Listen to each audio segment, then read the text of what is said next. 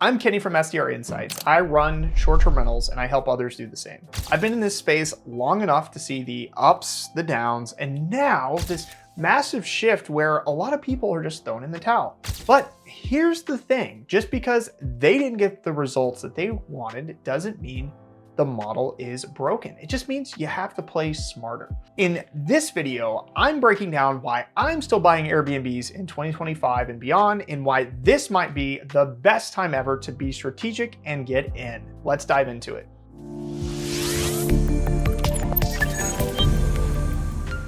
Reason number one that I'm still buying today: Airbnbs have a higher net profit, and that potential still exists. There are a lot of people selling right now. A lot of short-term rental hosts selling right now. They bought in hyped up, super saturated markets, places like Scottsdale, Gatlinburg, Joshua Tree, a lot of markets all across the country. And yeah, if you're buying a cabin that looks like every other cabin in the market that's already packed, of course, your profits are gonna take a hit, especially in the last 3 years. That's not what I do. I buy in vacation markets that are underrated. Markets that still have real demand, but aren't yet crawling with copycat listings. The last property I bought was in a spot 90% of investors aren't even thinking about. And it's cash flowing really, really well. In fact, last year I cash flowed over $70,000 and I purchased this property for $350,000. The numbers work because I'm not following the herd. There's still profit out there. You just have to be willing to zig when everyone else zags. Reason number two: the tax benefits on short-term rentals are crazy insane. Let's talk taxes real quick. Short-term rentals still come in with some of the best tax advantages you'll ever find, hands down. If you qualify, you can run a cost segregation study and bonus depreciate your property in year one.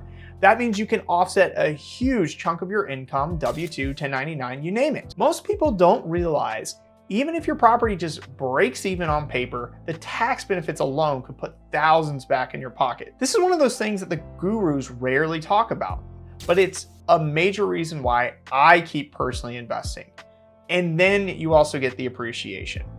Reason number three: tech makes it way easier to operate and scale in today's market. Back in the day, many years ago, if you had one or more or even two properties, you were basically a full-time manager, answering messages at midnight, dealing with cleaners, adjusting pricing manually. It was a grind. But now the tech has leveled up in a huge way. I use tools that automate pricing, guest communication, turnovers, guidebooks, smart locks, pretty much everything, so I don't have to be in the day-to-day. It's never been easier to run a tight operation without burning out, so scaling isn't just possible, it's way more doable than it used to be. Reason number four: I avoid the amenity arms race. And here's a big one. Everyone is out here thinking they need to win with more stuff. Hot tubs, movie theaters, pickleball courts, outdoor kitchens, cold plunges, crazy gyms, and things that glow in the dark. Yeah, amenities matter, but if your whole strategy is to just add another thing, it's not gonna last. I don't play that game. I buy properties that already stand out, or what we call a moat, something that separates them from the competition. That might be a killer view, a one-of-a-kind design, a location that's just hard to beat. I'm not trying to compete on who can throw the most gadgets or amenities at a house.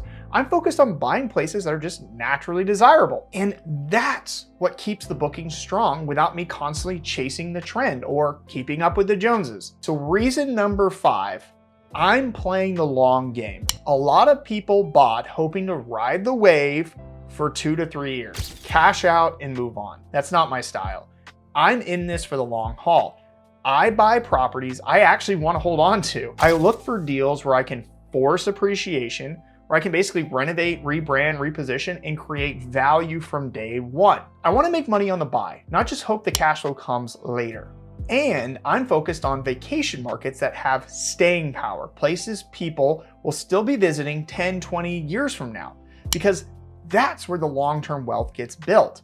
Look, I'm not saying it's easy out here. The market has definitely changed. The game has really evolved, but that's exactly why I'm doubling down right now. This is the moment when people who really know what they're doing separate themselves from the people who are just riding the hype. If you're strategic, if you're thinking long-term, if you're willing to do your homework, there is so much opportunity in the short-term rental space today. I want to hear from you. Are you buying, holding, or just selling? Drop it in the comments below. And if you found this video helpful, be sure to hit that like button, subscribe, and check out the next video I've got linked right here.